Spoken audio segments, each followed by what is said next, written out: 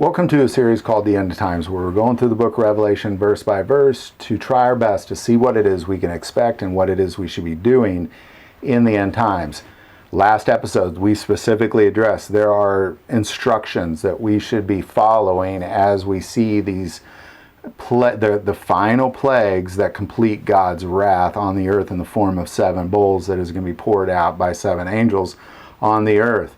And we're now hitting that very first plague. So we're going to take a look, pick it up where we left off. Revelation 16, we'll just pick it up in 1. Then I heard a loud voice from the temple saying to the 7 angels, "Go and pour out the bowls of the wrath of God on the earth." So the first went and poured out his bowl upon the earth, and a foul and loathsome sore came upon the men who had the mark of the beast and those who worshipped his image. Now I want to start off by saying this is clearly a plague that will only infect those marked with the beast. Now this is a very significant plague, and we've seen plagues in the past, and we kind of talked about one in Exodus in the past, but we're going to talk about 2 of them. We're going to address the one in Exodus, and we're going to address another one, something that happened in Job. And we're going to look at how all this works and who has the power to cause these plagues in the spiritual realm.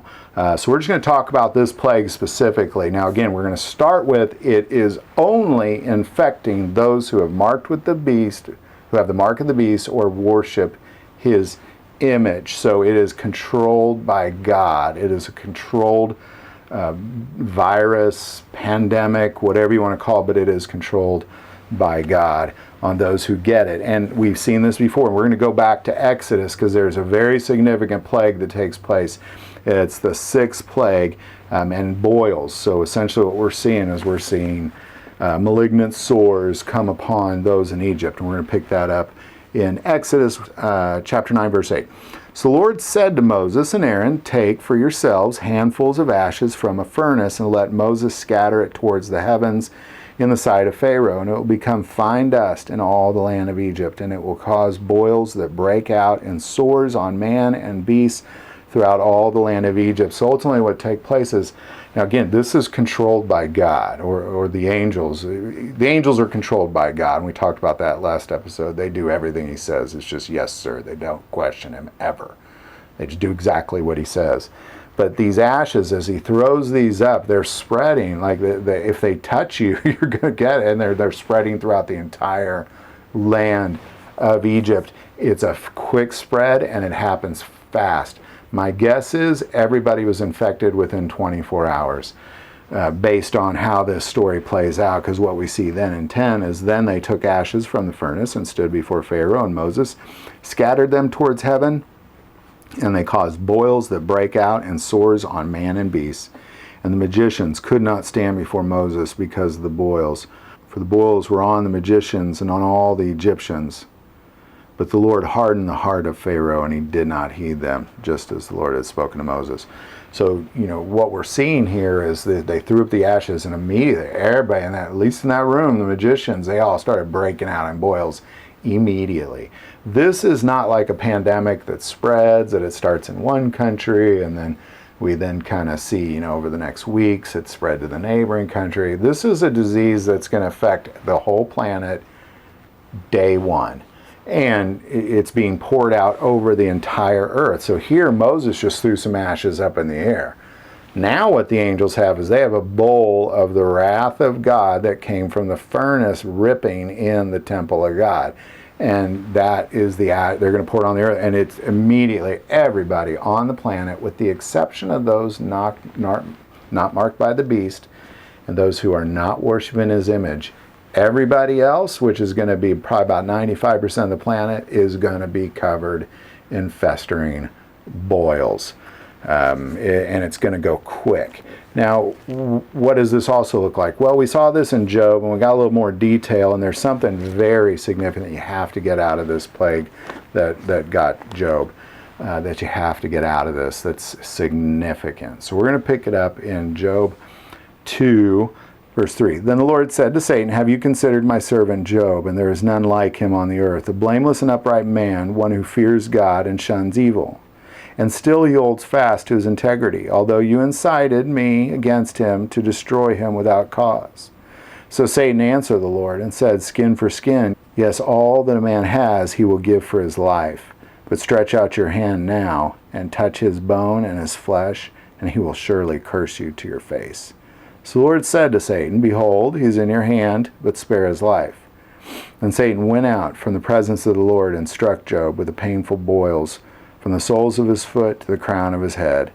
And he took for himself a potsherd with which to scrape himself while he sat in the midst of the ashes. Do you still hold to your integrity? Curse God and die. But he said to her, you speak as one of the foolish woman speaks. Shall we indeed accept good from God? And shall we not accept adversity? In all this, Job did not sin with his lips.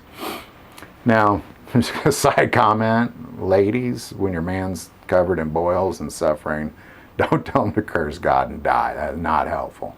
With that being said, the point of this conversation about Job is not kind of what these boils look like. Covered head to toe in boils.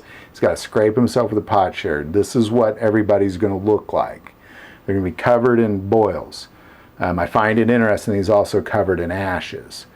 But what we see here is that Satan caused this plague. This is very significant. What this shows us is not only is God capable of causing plagues that cause malignant sores and boils, but Satan and other angels are also capable of doing this. This is very significant. So, it's a piece of it that, that we have to see, that the enemy has this particular power as well. But as we also see in Revelation, we are protected from this plague. So our enemy has no power against us when it comes to this particular plague. Even though he has ability to do it, he will not be able to do it, because this particular plague is only for those who have the mark of the beast. If for some reason people like you and I started getting boils, it's going to look like it's not from God, and God will not get the credit for it. So, and if you want to just kind of go, well, why does God work through malignant sores and boils? Well, strangely, I think we can see that in Luke 11, at 11:24. When an unclean spirit goes out of a man, he goes through dry places, seeking rest and finding none. He says, I will return to my house from which I came. When he comes, he finds it swept and put in order.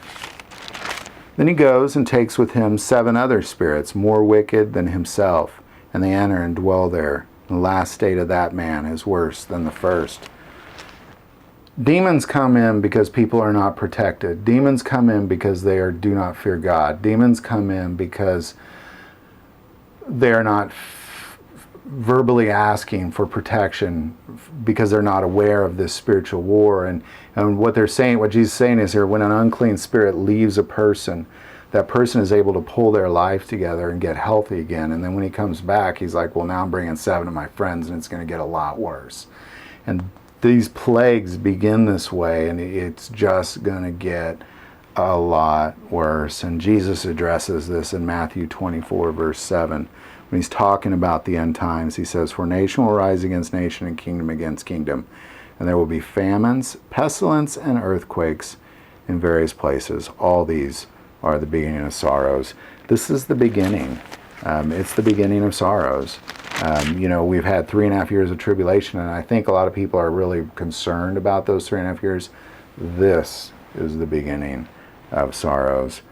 So we'll just go back and pick up where we left off. So we'll just go back and read Revelation 16 again too.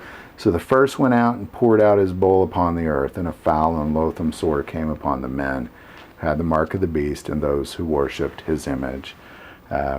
It's a spiritual war, and it's causing boils. That's what's taking place here. So love to hear your thoughts on all this. Put it in the comments below. If you like this video, click like and subscribe. Feel called to support this channel with Patreon. That link is also below. But the most important part of this channel is we take prayer requests, so never hesitate to send that in. Thank you for watching this episode of God, Family, and Guns. And as always, love God, love your family, and love guns.